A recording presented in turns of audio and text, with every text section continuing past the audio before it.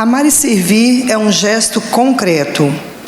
Contribua conosco doando alimentos para a pastoral do povo de rua, da Paróquia Sagrada Família da Praia do Morro. Deixe sua contribuição na entrada do evento. Eu já deixei a minha, gente. Temos agora a honra de convidar ao palco o senhor Leonardo Mota, vice-presidente da SPREV e membro da Copajure Conaprev.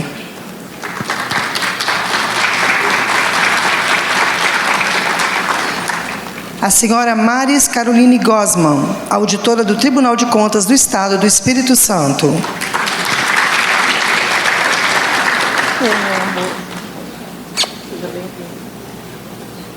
O senhor Paulo Nagamini, gerente executivo da Caixa Asset.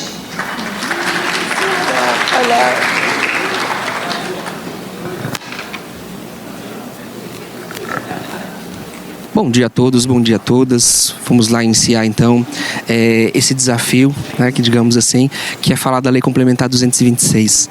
Principalmente porque eu vou falar sobre esse tema para servidores, né? Então, tem alguma parte polêmica, tem algumas coisas para a gente conversar sobre essa aplicação da Lei Complementar 226, principalmente os seus reflexos previdenciários que a gente possa ter aqui para os regimes próprios, para os nossos aposentados, para os nossos pensionistas, também naqueles que estão na regra do terceiro da 47. Né? Então a gente tem que pensar ali nesses reflexos previdenciários, essa alteração da Lei Complementar 226, do que a gente fala, o que a gente está trazendo ali e o que essa lei, a Lei Complementar 226, traz para nós, né, a nível nacional. Primeiro ponto que a gente precisa pensar e entender isso traz até uma construção de uma linha da aplicação que a gente vai ter dessa Lei Complementar 226. Os benefícios estatutários estavam previstos em lei local, então você tem um estatuto municipal, você tem um estatuto estadual, né? Apesar de existir um estatuto na União a gente não tem mais esses benefícios decorrentes de tempos, né? Então eu, como servidor federal, não tenho adicional por tempo de serviço, anuênio, quinquênio, sexta parte. Mas na legislação local a gente tinha ali essa previsão, você tinha então lá os adicionais por tempo de serviço de anuênio, biênio, quinquênio, quarta parte, sexta parte, licença-prêmio, tudo aquilo que estava vinculado a um tempo de serviço público. Então, de acordo com o tempo de serviço público que eu tenho, eu posso utilizar, eu vou ter um adicional na minha remuneração, eu vou ter uma licença-prêmio em decorrência desse tempo ali de serviço público, né? Então, tudo isso vai estar vinculado a esse benefício estatutário que já estava criado em lei, já estava previsto na legislação local, já estava previsto na legislação municipal, estadual, ali com todos esses regulamentos. Portanto, isso é importante que eu vou trazer lá na frente para a gente fechar esse entendimento. A Lei Complementar 226 e a Lei Complementar 173, né, principalmente que tem ali, ela não vedou e não criou a concessão desse benefício. Esses benefícios ali estatutários, eles estavam vinculados ali pela legislação municipal e existia ali previsto em lei na norma local. Então, se você tem lá o anuênio, cada ano de trabalho no ente federativo, você teria ali 1%, 2%, de acordo com a legislação daquilo que estava estabelecido. Tá? Então, essa previsão decorre do estatuto. Esse é um ponto importante para a gente entender, né? E o que a gente tem? Pandemia, Covid lá em 2020, Covid-19, e aí a gente pega até pelas matérias e colocar ali, né?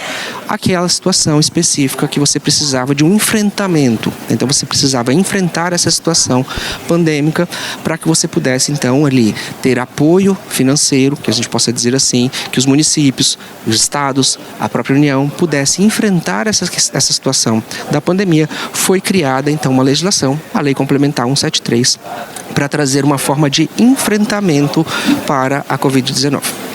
É bem verdade que hoje, e é um dos fundamentos que a gente vai ter ali até, do motivo de revogar essa restrição que a gente vai até falar, ela está muito relacionado que a perspectiva era que o governo, que ali os entes federativos, então tivessem uma dificuldade financeira para enfrentar essa pandemia.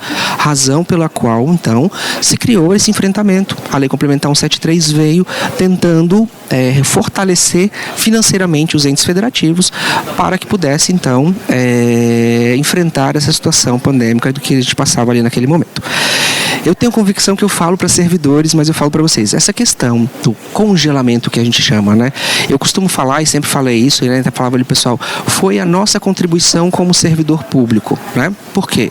A gente tem essa situação de pessoas que precisaram do auxílio emergencial, foram para a fila da Caixa naquele momento de pandemia, enquanto nós, servidores públicos, continuamos exercendo o nosso trabalho, concordo que a gente continuou trabalhando, mas a nossa contribuição foi ter esse congelamento, digamos assim, da nossa situação funcional de você não ter adicionais, anuênios, quinquênios, sexta parte, licença-prêmio, em relação a esse período, que é a edição da lei complementar até então ali o período que ela estabeleceu, 31 de dezembro de 2020, né, 2021, que foi o período que a legislação veio trazendo. Então veja, quando você veio essa situação da Covid-19, o que a gente pegou foi um enfrentamento. Então a lei complementar 173, ela traz o quê? Suspensão de pagamentos de dívidas com a União. Então os municípios ficaram liberados de pagar aqueles valores que estavam parcelados com a União, né? Você tinha ali reestruturações de operações de créditos, entregas de recursos da União para os demais entes federativos. Então você tinha ali esse propósito da União repassar recursos para os entes federativos, com essa ideia de que você pudesse enfrentar a situação pandêmica, né? Isso veio também uma restrição do aumento de despesas dos entes federativos. Eu não poderia, então, ali fazer concurso, fazer novas contratações, né, dar os reajustes, tudo que estavam previsto ali na legislação. E dentre essas restrições para enfrentamento da Covid-19, veio especificamente aquela previsão lá no artigo 8º, de que você não poderia, então, você ficaria proibido até 31 de dezembro de 2021 de contar o tempo de período aquisitivo, então, entre a Lei Complementar 173 até o final de 2021, para a concessão exclusiva, tá, de anuênios, triênios, quinquênios, licença-prêmio, demais mecanismos equivalentes que estão relacionados ali ao tempo de serviço. Isso não significa que a pessoa perde esse tempo, tanto é que a própria legislação veio dizendo, olha, não tem qualquer prejuízo para o efetivo exercício de aposentadoria, por exemplo. Então o tempo de contribuição, ele é contado, eu considero esse tempo, concedo o benefício com esse tempo. O que eu não iria considerar ali era justamente, especificamente a questão de adicionais, de anuênios, quinquênios, sexta partes. Esse período, então, ele ficou ali com essa vedação da contagem desse período. É isso que a Lei Complementar 173 em 2020 veio e estabeleceu para todos os servidores públicos, né? Então essa é a regrinha do que a gente veio aqui nesse parâmetro pela Lei Complementar 173. Quando foi ali, né, antes disso até, houveram diversos questionamentos e o Supremo confirmou essa constitucionalidade da Lei Complementar 173 pela necessidade do enfrentamento de uma situação excepcional, né? Então, pela norma geral, a Lei Complementar 171 ou 173 veio ali fazendo alterações também na Lei Complementar 101, e aí ele também, o Supremo vem e confirma essa constitucionalidade em dizer que sim, é constitucional essa restrição que foi estabelecida pela legislação ali até aquele momento, tá? Depois, em 2022, diante daquela situação, de toda a discussão que você tinha, que apesar dessa suspensão, você tinha situações de servidores, situações excepcionais, por exemplo, os profissionais da área de saúde e os profissionais da área de segurança pública, que eles continuaram exercendo as suas atividades normalmente, né? Por quê? Eles tiveram que participar ativamente do enfrentamento a essas situações. Então, a Lei Complementar 191 acabou depois ali em 2022, dispensando essa aplicação dos adicionais, dos anuênios e quinquênio para os servidores públicos, civis e militares da área da saúde e da segurança pública. Para todos os demais servidores, você tinha ali então uma regra estabelecendo que continuava essa limitação, não considerando esse tempo para fins dos adicionais, anuênios, quinquênios, sexta partes, ali previstos na legislação, tá? Quando foi agora, então aí a gente chega nesse assunto, digamos, veio agora em 2026 a Lei 226, Lei Complementar número 226, que vem fazendo alterações nessas disposições da Lei Complementar 173. O que a Lei Complementar 226 faz? Primeiro, ela revoga o inciso 9 do artigo 8º da Lei Complementar 173. O que é esse inciso? Esse inciso é justamente a regra estabelecida para a vedação da contagem entre 28 de maio de 2020 e 31 de dezembro de 2021. Então, a revogação. Então, o que nós vamos ter aqui? Porque nós temos que entender, né, e até conjugar o que eu falei para vocês desde o início. O benefício estava previsto no Estatuto Local. Você tinha uma lei complementar federal, que esta lei complementar federal estabelecia que estava vedada a contagem neste período. Então você tinha, o que a gente pode dizer, uma proibição daquela contagem. Estava ali. O benefício estava lá previsto em lei, mas eu não poderia aplicar naquele período especificamente por conta da situação da Lei Complementar 173 e da situação de Covid do que estava estabelecido lá. Agora, em 2026, vem uma revogação dessa proibição. O benefício continua previsto na legislação municipal, continua previsto na legislação estadual. E agora eu não tenho mais uma vedação legal que possa então dizer que aquele período não poderia ser mais contado. Então isso que vem a Lei Complementar 226 e faz essa revogação e traz todas essas dúvidas para a gente. Tá? E aí, como que eu vou aplicar essa situação dentro do meu ente federativo? Isso vai envolver servidores ativos, isso vai envolver aposentados e pensionistas. A quem vai ter direito a essa situação, a quem vai ter a possibilidade de revisão, de pagamentos desses valores. Ponto importante é que a Lei 226 já colocou ali um limitador em relação aos retroativos. Né? O artigo 8º da lei, ela veio lá, que incluiu o artigo 8º-A na Lei 173, na verdade, ela veio lá para dizer o seguinte: lei do respectivo ente federativo pode autorizar pagamentos retroativos. Correspondente a esse período de 28 de maio e 31 de dezembro de 2021. Então, a primeira resposta que a gente tem, essa é fácil de dizer, é retroativo somente com lei. Então, tem que ter uma legislação municipal em que vá trazer o pagamento do retroativo para esses valores. Né? E aí, tudo bem, o retroativo não se aplica se não tiver lei. Como que eu vou aplicar a partir da Lei 226? Já que eu tenho essa mudança no parâmetro, antes eu tinha uma vedação de contagem nesse tempo e agora essa vedação foi revogada, como que fica essa aplicação? Ela é automática? Ela precisa de lei? Ela precisa de um normativo dentro do ente federativo que tenha? Né? E essas discussões que têm surgido dentro dos regimes próprios, têm surgido até com os tribunais de contas, tem surgido essa discussão com a administração pública em geral. Como aplicar este regramento. Né? Nós vamos ter teses em que diz, primeiro, é necessário lei para tudo. Tem aqueles mais restritivos que dizem precisa de lei para poder contabilizar do ativo, do aposentado, do pensionista, pagando o retroativo, a lei resolve. Ok, se eu tivesse uma lei que viesse pagando o retroativo, eu resolveria o problema de todos, eu posso dizer para vocês. Né? Por quê?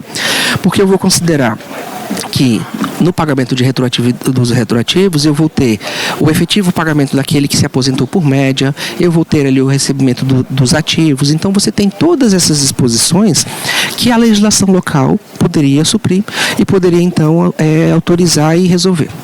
Mas um bom caso que a gente vê, em boa situação ali, é que os entes federativos não têm editado lei para pagamento de retroativo, principalmente por conta do impacto financeiro. Né? Então você precisa pensar ali no custo que esses entes deveriam ter para pagar esses valores retroativos. De qualquer forma, a Lei 226 ela traz um custo para a administração, porque ainda que eu não pague valores retroativos à lei complementar, eu estou fazendo uma contagem de um tempo anterior que gera reflexos em cadeia dentro da remuneração do servidor. Eu até coloquei no final aqui alguns exemplos práticos para a gente entender isso, mas ele vem gerando esse reflexo, porque vai mudar o período que estava previsto para um quinquênio, por exemplo, para um anuênio, ele é antecipado, porque ele volta à regra anterior. Então ele volta à regra que não tinha essa vedação. E aí, então, a gente vai ter duas teses desse sentido. Uma que vai exigir lei para tudo, outra que diz que não é necessário lei para que você possa aplicar essas disposições da Lei Complementar 226, porque ela seria aplicável ali daqui para frente. Da edição da lei para frente, você conseguiria fazer essa revisão. E é isso que a maioria dos entes que eu tenho acompanhado ali tem feito. No estado de São Paulo, por exemplo, o governador fez um decreto em que determinou fazer a contagem lá para os servidores ativos. Então, a área de recursos humanos tem adotado lá essa revisão do quinquênio, do anuênio, do ATS que a gente tem lá e da licença-prêmios dos servidores né, para que ele possa então fazer essa contagem. Nada falou sobre aposentados, nada se falou sobre pensionistas nesse decreto. E aí veio um questionamento também dentro da São Paulo Previdência, como que a gente vai aplicar, né? Como que a gente vai aplicar essas disposições da Lei Complementar 226, tá? Aí a gente tem que pensar algumas coisas. Primeiro, eu tenho um impacto orçamentário? Aquilo que eu comentei com vocês, eu sempre vou ter, tá? Mesmo sem os efeitos retroativos, eu vou ter um impacto orçamentário para o ente, né? Aquilo que eu tenho que estar preparado para aquele aumento da folha. Porque se eu tinha um quinquênio, um anuênio, uma sexta parte, né, ali para implementar para aquele servidor, e ele seria implementado, vamos supor, em 2025, mas não foi porque tinha vedação. Ele vai ser implementado em 2026, tem um aumento da folha. Então, primeira coisa que a gente coloca é que precisa, então, o ente federativo editar um documento, um ato normativo, e aí o que tem que ser adotado bem são os decretos, né? Fazendo esses ajustes orçamentários para que possa, então, aplicar esta disposição da Lei Complementar 226.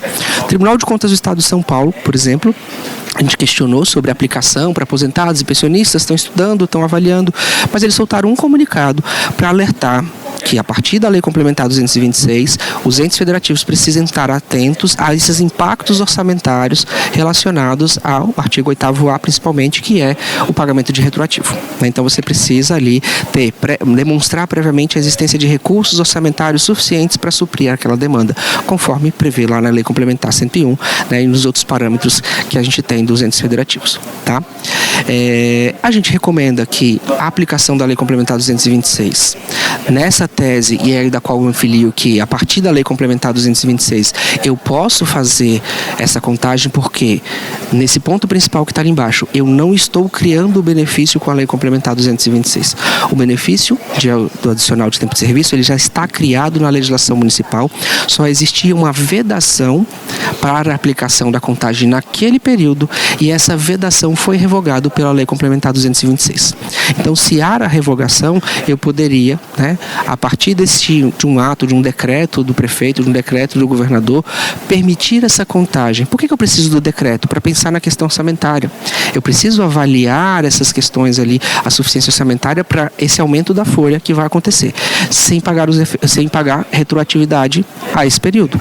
O que vai acontecer é, eu faço esse ajuste daqui para frente, a partir da Lei Complementar 226, e não retroagiria ali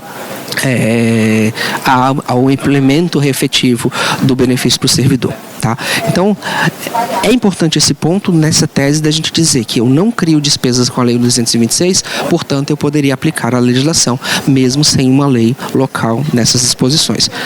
Como eu comentei com vocês, há teses de algumas pessoas dizendo que não, que precisa de lei para tudo, apesar de recomendável, se tivesse seria excelente, né? Nem sempre a gente vai encontrar essas situações e vem encontrando enfrentamentos e discussões até com os servidores. E aí, dessas situações, eu vou ter ali a aplicação dessas disposições para o servidor que está em atividade. Eu tenho a situação do aposentado com benefício calculado pela média e aquele reajuste anual.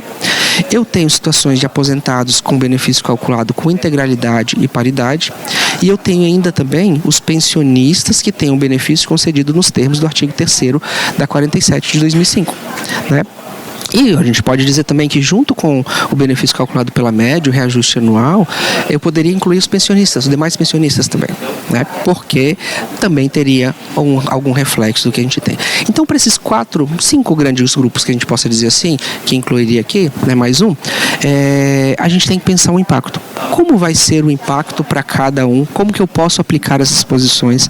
E aí, dependendo do que vai ser adotado dentro do ente federativo, você tem uma aplicação restrita ou uma aplicação mais restrita a um determinado grupo. Para o servidor que está em atividade, né, se eu não tenho lei de retroatividade que paga os valores retroativos, se eu não tenho lei local, o que vai acontecer? Eu posso editar uma norma local que vai fazer esses ajustes ali, para fazer os ajustes de questões orçamentárias, e libero a contagem do tempo com os efeitos financeiros a partir da lei complementar, a partir de 13 de janeiro de 2026. Em geral, é o que a maioria dos entes tem adotado, esse procedimento. Eles fazem a reestruturação, vão lá, verificam, né, essa contagem e pagam, né, a partir de 13 de janeiro de 2026, sem efeitos retroativos. Até porque para você ter o efeito retroativo, precisaria da lei, né? Agora, se você tem uma lei que vai pagar o efeito retroativo, é a melhor coisa, né? Porque você faz a contagem do período, você concede os adicionais, você paga os valores retroativos que não foram recebidos e faz o reajuste na remuneração. Então você consegue ajustar todo essas exposições e inclusive isso vai refletir para todos os aposentados e pensionistas, o que a gente vai dizer ali, né? Agora, se eu não tenho a retroatividade, eu vou fazer do servidor ativo a partir da lei. Vou revisar, vou ver se ele implementa algum benefício adicional e a partir da lei, então, eu implemento esse valor adicional à sua remuneração. Quando eu vou trazer para os aposentados, né, aí eu já vou tratar de formas diferenciadas. Por quê? Quando eu pensar ali que eu tenho o aposentado com benefício calculado pela média e o reajuste anual, como é o cálculo daquele benefício do aposentado pela média? Ele é vinculado à sua remuneração de contribuição. Eu tenho todas as relações de contribuição do servidor, eu faço uma média, e aí a média vai depender se eu fiz reforma, se eu não fiz reforma, né? Se eu vou aplicar a mesma regra da emenda 103, se eu não vou aplicar a regra da emenda 103. Mas eu tenho uma média. Sempre a média está vinculado à efetividade da contribuição, né? Então, aquilo que ele contribuiu é o cálculo que eu levo para a média. Então, nessa hipótese, se eu não tenho lei de retroatividade, eu não tenho impacto na concessão do benefício, porque não tem a recomposição da média de remuneração. Esse que é o grande gargalo. E aqui é um ponto que a gente acha que às vezes a edição de lei com retroatividade pode gerar uma judicialização daqueles que então recebem benefício pela média. Tem como defender, e a gente precisa levar muito isso para o judiciário para dizer, olha, nós estamos falando de um benefício concedido pela média, que a Constituição trata de forma diferenciada daquele serviço, daquele benefício que é integralidade e paridade. Isso é importante na defesa a gente trabalhar muito com isso. Tá? Se eu tenho a lei da retroatividade, aí eu faço a contagem do período, eu concedo os adicionais, eu pago a diferença para ele, né, do que tem ali, e isso vai impactar no recálculo da aposentadoria. Lá na frente eu coloco esse destaque para vocês, e é importante a gente entender isso. RPPS. Qual o momento que o RPPS vai atuar nesse processo? O RPPS vai atuar nesse processo depois que o RH fez essa revisão inicial. Então, o Recursos Humanos vai verificar se efetivamente você teve ali uma mudança no cálculo, né, que aquele servidor teria direito. Então, por exemplo, se não tem retroatividade, o RH não vai nem calcular daquele que já aposentou antes da Lei Complementar 226. Por quê? Eu não vou pagar nada para ele de retroatividade que tenha, né? Então, se não tem essas exposições, você não tem nenhum impacto para aquele que aposentou pela média. Se tem retroatividade, eu vou calcular, ele vai receber o passado, inclusive tem que incidir contribuição previdenciária sobre aquilo que ele vai receber, para que ele possa até revisar o benefício. Então aí sim, depois que há essa atuação dos recursos humanos, a gente pode dizer que vai vir então uma atuação ali do RPPS no benefício previdenciário. Mas aqui, somente aquilo que tiver lei de retroatividade. Inclusive, se houver a lei de retroatividade, o que nós teremos? Teremos uma situação em que até mesmo para os pensionistas pode gerar uma revisão. Porque se está pagando retroativo, você vai revisar o valor lá em atividade, né, ou até mesmo do benefício que tinha ali pela média, e isso pode gerar um impacto na pensão das demais pensões que não seja do terceiro da 47.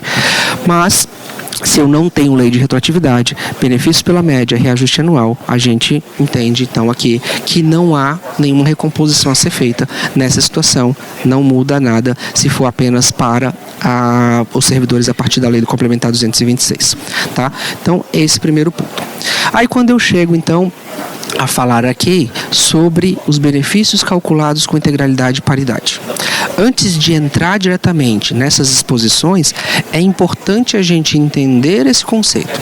E aí o conceito, quando eu falo integralidade e paridade, eu posso pegar lá da portaria do Ministério da Previdência, né? Então a 1467 vai trazer pra gente. Remuneração do cargo efetivo. O que é a remuneração do cargo efetivo? ela é então ali o valor constituído pelo vencimento e pelas vantagens pecuniárias permanentes do cargo, acrescidos os adicionais de caráter individual, veja só, né?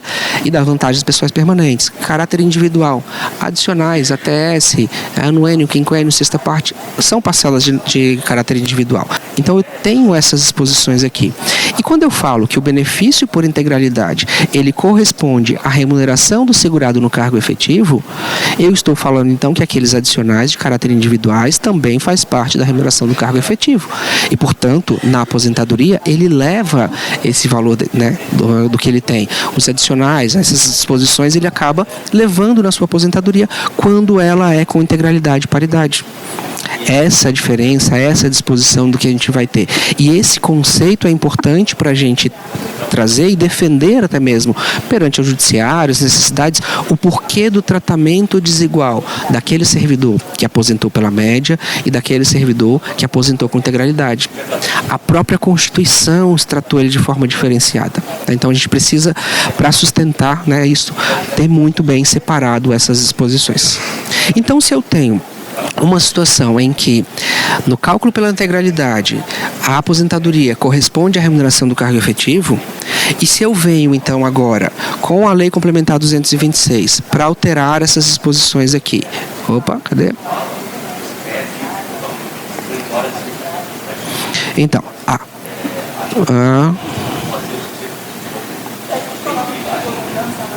média de reajuste.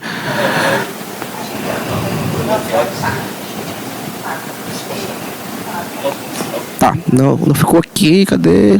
Tá, mas vamos lá. Se eu tenho uma situação de integralidade e paridade, bem semelhante do que eu tenho ali, né, com essas disposições. Se eu tenho uma lei que vai aplicar retroatividade, a mesma situação eu vou aplicar aqui para essas disposições. Então, ela vai pagar o valor retroativo, eu vou calcular todo o retroativo que ele tem, eu vou aplicar essas disposições aqui também, vou revisar inclusive o benefício. Mas quando não tiver a retroatividade, essa é a grande diferença que a gente tem aqui na questão da integralidade, que está vinculada a essas disposições, remuneração do cargo efetivo e cálculo por integralidade.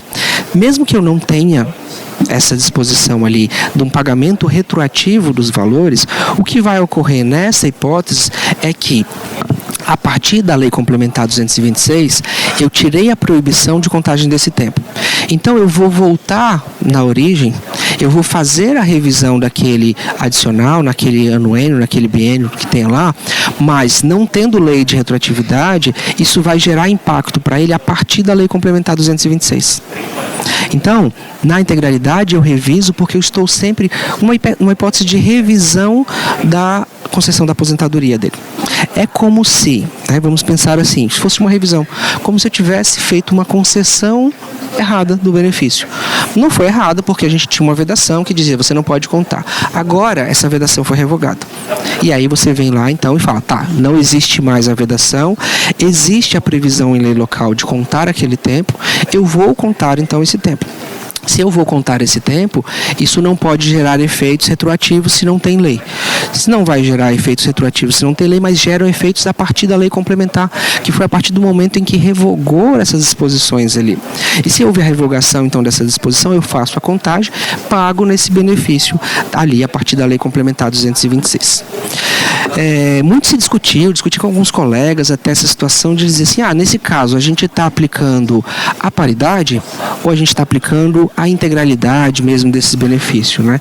E o que a gente tem conseguido entender mais, os colegas também têm fechado muito entendimento nesse sentido, é que nós estamos, na verdade, fazendo uma revisão da integralidade e não mexendo na paridade desse servidor, porque a paridade, ela está vinculada a um conceito de reajustes posteriores à aposentadoria. Isso não se trata de um reajuste posterior à aposentadoria, né? O que vamos tratar aqui é de uma espécie de revisão. Eu vou retornar para que eu possa, então, ajustar aquela contagem que não foi feita porque existiu uma vedação. Essa vedação não existindo mais, então, eu passo a fazer a revisão desse benefício, só que eu só posso pagar a partir da Lei Complementar 226, se não houver uma lei local que autorize o pagamento retroativo. Então, essa disposição do que a gente vai ter assim dentro desses parâmetros que tem aqui, para aqueles que têm integralidade e paridade, né? Aqueles que estão aposentados pela média, aquilo que a gente reforçou, média vai estar vinculada diretamente ao caráter contributivo. Mas o caráter contributivo existe também para aqueles que se aposentam pela integralidade e paridade? Existe, mas nós estamos dizendo aqui, nessa hipótese, você conjuga os dois entendimentos para trazer que eu tenho que fazer essa revisão da integralidade. Se a legislação tirou a vedação, a proibição de contar esse tempo, eu tenho que contar esse tempo e eu faço uma revisão da integralidade a partir da Lei Complementar 226. Mesmo que não tenha um retroativo, por conta dessa revisão da integralidade do que ele tem ali. Se houver o retroativo, ele vai receber tudo, óbvio, mas não tendo retroativo, a gente vai estar ali vinculado, né, diretamente a essa possibilidade dessa revisão. E aqueles que são aposentados ali, né, que se aposentaram pelo terceiro da 47 e acabou deixando uma pensão com direito à integralidade e paridade, né? Então você tem essa situação específica também de um pensionista que poderia também ser beneficiado com essa revisão quando é essa situação. Quando é um pensionista da média, aquilo que a gente falou, né, o cálculo normal, somente quando tiver integralidade, o pagamento retroativo, é que eu vou conseguir fazer o recálculo do benefício. Mas no caso do terceiro da 47, ele também está vinculado à integralidade da remuneração. A pensão é calculada sobre essa integralidade. Então, se eu tenho essa revisão da integralidade com base nessa disposição da Lei Complementar 226, eu também vou trazer essa disposição ali para aqueles pensionistas que estão fundamentados no terceiro da 47, né, por conta da disposição vinculada à integralidade que ele tinha ali à concessão do seu benefício. Então, essas disposições é o que vai trazer ali essa discussão e esses parâmetros que a gente tem dentro da aplicação da Lei Complementar 226. Tá? Então, é o que a gente tem principalmente dessa diferença de conceitos, tá? A iniciativa, isso que a gente comentou ali no início, né, e falou com vocês ali, cabe aos recursos humanos a revisão da concessão dos adicionais remuneratórios. Veja só, então todo esse trabalho inicial, e aí eu falo para vocês, a gente fez um levantamento lá em São Paulo, e aí verificamos que nesse período ali que você tem pessoas que aposentaram, então, depois da Lei Complementar 173, eu tenho cerca de 42 mil processos de pessoas que estão pela paridade e integralidade. O que eu preciso que o Estado faça? Eu preciso que o Estado starte esse processo, ele comece. Ele pegue caso a caso e verifique se aquela pessoa teve alguma mudança naquele seu benefício. E aí sim, isso vai vir para São Paulo Previdência. Por quê? Porque se ele pegar uma situação, a gente vai até ver uns casos práticos aqui que eu coloquei ali de um ativo e de um aposentado. Se ele pega uma situação de um aposentado em que gera para ele um direito a um ano, um quinquênio, por exemplo, né, uma sexta parte, um adicional que ele tenha ali, nessa hipótese, ele vai ter que, então, me comunicar para que eu faça a revisão do benefício. E a revisão do benefício, no nosso caso, do Estado de São Paulo, ela vai estar limitada à aplicação da Lei Complementar 226.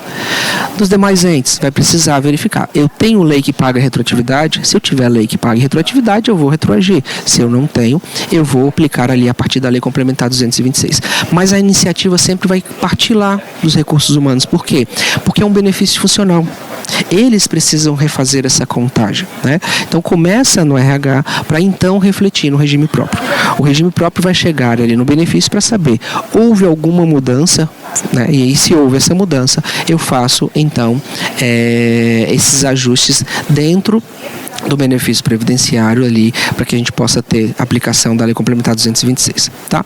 Se houver o pagamento retroativo, é muito importante que tenha a contribuição previdenciária sobre os valores. Sem contribuição previdenciária, né, eu impacto de não conseguir revisar o da média. Mas, de qualquer forma, mesmo para aqueles que se aposentaram ali, né, pela integralidade e paridade, também tem que ter o pagamento da contribuição previdenciária.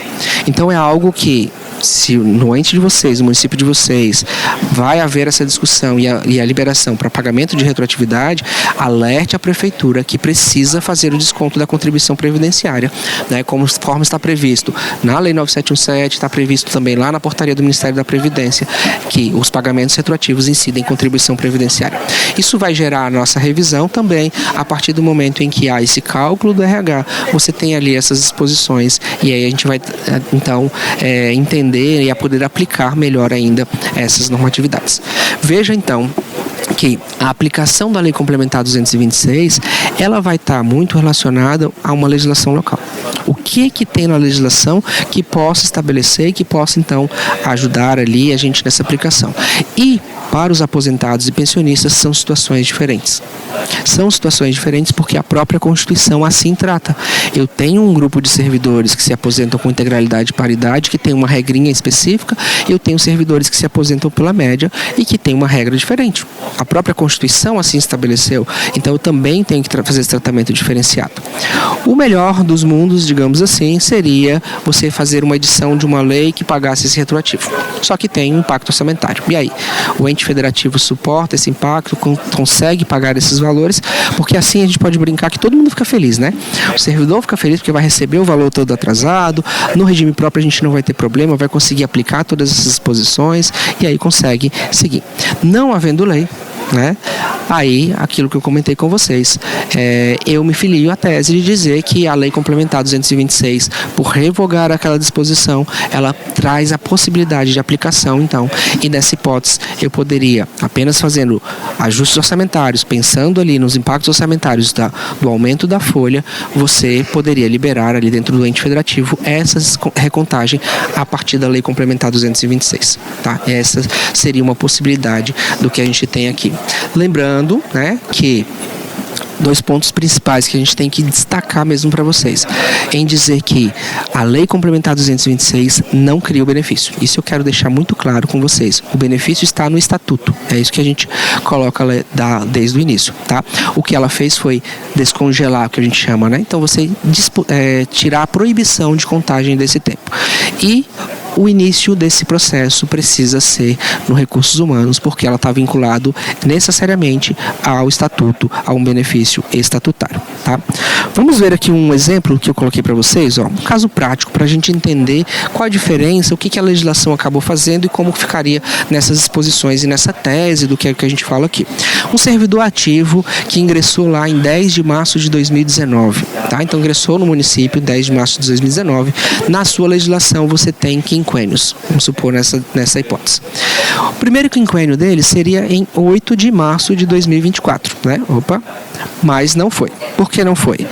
Porque em 8 de março de 2024 veio ali a disposição da Lei Complementar 173 que descontou 583 dias, digamos assim, que é o período entre 28 de maio e 31 de maio de 2020 e 31 de dezembro de 2021.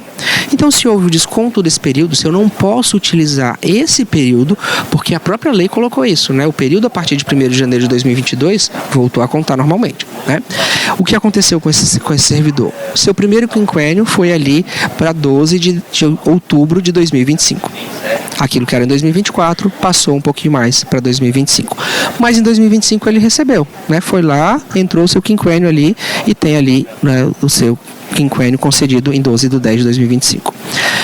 Ocorre que o próximo quinquênio dele, nessa disposição em que eu ainda tinha a vedação de contagem do tempo de 583 dias, ele iria ocorrer em 11 de 10 de 2030. Que seria ali o próximo quinquênio, porque esse período estava ali congelado, que a gente chama, né?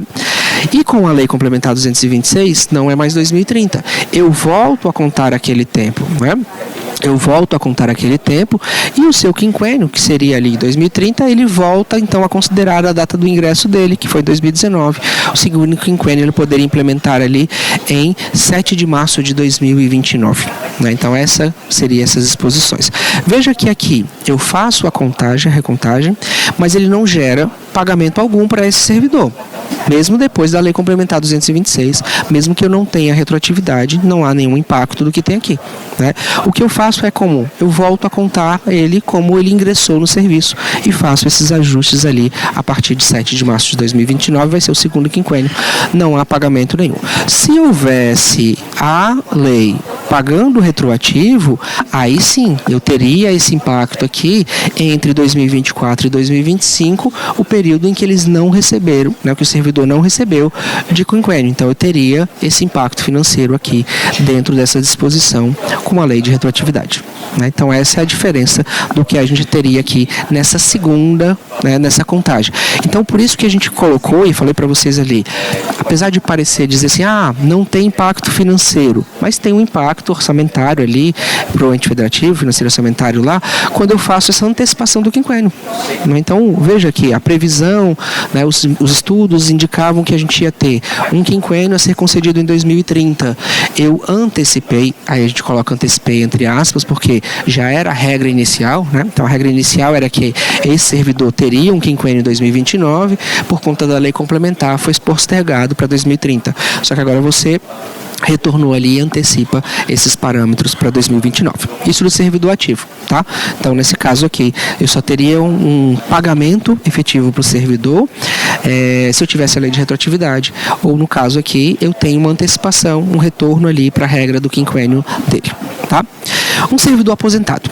Mesma situação, uma situação semelhante, vamos supor um servidor aposentado que tenha ingressado então lá em 18/8/91, uma servidora, né, 91, ela tinha ingressado ali, um município também que tem regras de quinquênio, vamos supor aqui, tá? Isso, um ponto importante, né, eu estou colocando um exemplo de quinquênio, mas você pode ter ali o anuênio, o biênio, sexta parte, quarta parte, tudo isso, cada um vai ser sua regrinha que vai observar, né? Então vamos lá, uma servidora aposentada, ela implementou um quinto quinquênio em 2016. Supor que ela veio implementando tudo certinho lá. Em 2016 ela implementou o seu quinto quinquênio do que tem lá, né? E que a legislação não limite. Tem alguns que limitam quinquênios, né? Que tem lá. Mas vamos lá. Aí, o sexto quinquênio dela era previsto para 10 de agosto de 2021, pela regra do município aqui em questão. Só que não foi em 10 de agosto de 2021. Por que não foi?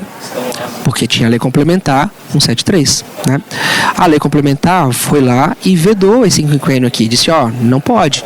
Você não pode contar o tempo entre 28 de maio de 2020 até 31 de dezembro de 2021. Com isso, sem contar esse tempo, o sexto quinquênio dela passaria para 16 de março de 2023, porque postergou essa concessão. Ela não quis esperar o sexto quinquênio e aposentou lá em 5 de março de 2022. Foi quando veio a aposentadoria dela, 5 de março de 2022. Foi ali, aposentou então com 5 quinquênios, tá? Do que tem lá. Veio ali então a lei complementar 226, agora de 2026, e disse, olha, aquele tempo que você não podia contar, você pode contar agora. Nessas disposições. Ela tem integralidade e paridade. A remuneração do cargo efetivo dela, né, poderia ser revista ali, porque ela teria direito a essa integralidade da remuneração. Havia uma vedação da contagem desse tempo. A vedação não existe mais.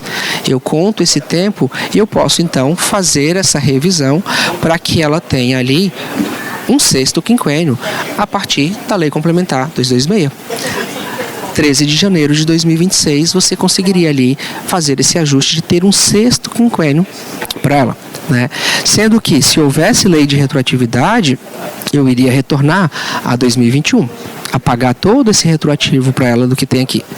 Mas sem lei de retroatividade, eu vou estar vinculado aqui a 13 de janeiro de 2026. Data da lei complementar. Foi a data que revogou, então, aquela proibição da contagem desse tempo. Tá? Veja que são situações que acompanham, que estão próximas, digamos aqui. O servidor ativo, eu não faço essa contagem. Então, quando se traz uma disposição de dizer que para o aposentado que tem uma integralidade, eu não faço, se eu não tiver lei de retroatividade, eu não vejo muita lógica na legislação, porque a legislação diz que a aposentadoria do servidor com integralidade corresponde à remuneração do cargo efetivo. Então, se eu tenho essa disposição que proibia a contagem, mas agora liberou a contagem dessas disposições, a meu ver, também deveria aplicar ali para o servidor que esteja com integralidade e paridade, por conta dessas disposições aqui. porque ele passa a ter a direito, ele passa a estar vinculado a isso. Agora, quando eu vou falar do servidor que está aposentado pela média, eu não tenho como considerar essas exposições, porque o servidor que se aposentou pela média é por aquilo que ele recebeu, efetivamente sobre a contribuição que teve, né? Sobre o que ele contribuiu e a sua base contributiva. Então, dessa forma, eu tenho que dar esse tratamento diferenciado. Eu preciso necessariamente fazer esses ajustes para que eu possa ter esse tratamento. E principalmente, gente, aí vocês precisam ajudar, digamos, né? Esclarecer muito isso no judiciário. Porque vai vir todos os questionamentos, tratamentos diferenciados do que possa ter ali nessas exposições do que tem assim, tá? Então, essa é assim, do que eu estudei, do que eu avaliei, conversei com alguns colegas, o que eu tenho como posição, que eu acho que deveria ser aplicado pela Lei Complementar 226, o que eu fundamentaria nessa situação. Eu sei que o Ministério da Previdência Social está para soltar uma nota informativa sobre a posição do Ministério também na matéria, então o Ministério deve soltar alguma posição em relação a esse ponto específico aqui. Tem outros colegas que trazem teses que não há impacto no RPPS, então são teses que vocês precisam avaliar. É muito importante ter essa discussão, é muito importante ter essa avaliação em conjunto. Recursos humanos, prefeitura, a procuradoria, regime próprio, para que possa ter essa avaliação. E principalmente, se houver o pagamento de retroatividade, que haja incidência de contribuição previdenciária. Isso é importante que a gente esteja atento. Isso é importante que também seja aplicado, tá? E aí definir isso dentro desses parâmetros, para o servidor ativo, para o aposentado, para o pensionista, dentro daquilo que ocorre dentro do seu ente federativo. Tá? Então esses são os pontos importantes do que a gente tem. E agradeço a vocês. Vou aguardar os colegas só terminarem a apresentação e a gente fica. Obrigado. A CIP mais uma vez agradece a Léo, Maris, Paulo, sempre conosco aqui.